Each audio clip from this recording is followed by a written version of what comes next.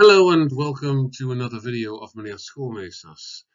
In this video, I'm going to talk to you about the business plan and, to be exact, the SWOT analysis and the 4P's of the marketing mix. This is dealt with in the book Buying and Working from LWEO, and if you use another book, that's okay because the theory is the same everywhere, obviously. So, hope you enjoy it. Let's proceed. First things first, the SWOT analysis. If you want to start your own business, you have to think on what are my strengths and weaknesses and where is my company going to have an opportunity and where are threats to be found. All right, so first things. The internally based things mean that they're within your company. So that would be the strengths and weaknesses. So you're going to have a look within your company. What am I good at and what am I not so good at? So the things that you're good at are called the strengths. These are positive things internally based. So for example, if you have a restaurant, one of your strengths could be if you have a good chef. So one that can prepare good meals. If you use fresh products and if you have a good location. So people can park their car there and so on. Negative things within your company could be high rent costs. So if you rent a building for your restaurants and the rent costs are very high, that would be a weakness, obviously. Another weakness could be that your staff leaves soon because of all sorts of reasons, or the menu is too big so that people can't really decide what to eat and then they stop coming. Then the external things, opportunities and threats.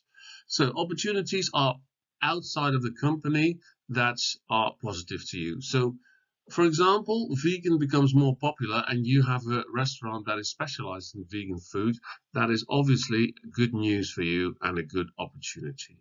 Another one is the Uber Eats app, so that people can make reservations in your restaurants, or that they can order food from your restaurant and so on. So technology can work in your benefit, but that would be an opportunity. A threat, so outside your company, could be that the hygiene rules become stricter. So that would make it more difficult for you to work or more expensive maybe. And the lockdown that we had during the COVID era presented all sorts of threats as well, because you couldn't open your restaurants. There was a lockdown, and well, if you don't have people in your restaurant, then you obviously don't get paid, and if you don't get money, then chances are you can go bankrupt. Well, what you do as a company is you analyze all these things and then you try to work with the positive, try to bend the negative around. Yes, so you have to think of a way so that your staff doesn't leave. Yes, so you make sure that they stay with you. Threats of the lockdown, for example, if your restaurant closes, you can fight that threat by takeout food, so that people come to you, pick up their food, and then they go away and eat it at home. So there's multiple ways of dealing with these SWOT analysis. Continuing to the marketing mix, the 4P's of the marketing mix. The first P that I always start with is the P for product, because that is essentially the thing that you sell. And the product can be everything to its functionality, the brand, packaging, and services. So all the technological specs of a product are the P for product. And sometimes, well, if you want to have good quality, then that's the P for product as well. So decent products. Packages is very important. So for fragrances, for example, the bottle in which the fragrance is put in there is very important because of the aesthetic point of view. Then the price is determined also by the product. So these P's, they influence each other. Yes, so one P is not to be seen loosely from the others. They all cooperate. So the price. list price, down discounts, bundling. So if you buy more, then you get a discount, and credit terms, so you're allowed to pay later, and so on. We have a psychological price setting as well, so €9.99 instead of €10. And you can imagine if you have a product that is of very good quality, your price is influenced by that because it will be higher than if you have throwaway products, for example. Yes?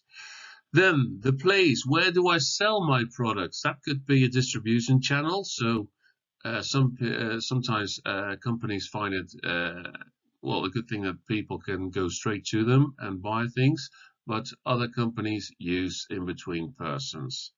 Then the inventory, how much do you have on stock? Where do you have it on stock? The logistics, how do we get it to the end consumer, and the distribution.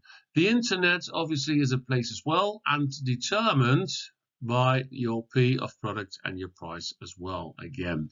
So for example, if you sell high-end fashion, you have to be on the PC Hoofdstraat in Amsterdam, because that is where high-end fashion products are sold. Yes, so the P for product determines your place as well. And the last one, promotion, that would be the most well-known P for marketing mix, because this is where the advertising comes along. Sales force, publicity, sales promotion, because people have to know that your product is there in order to be able to buy it, obviously, because you can't buy things that you don't know are there.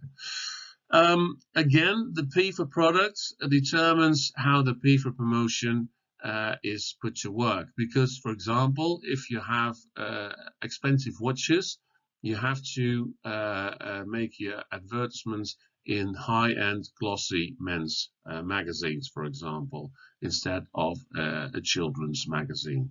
Yes, normally you see that items, products that are specially for men are broadcasted, commercials are broadcasted alongside, well, television shows for men or football games and so on.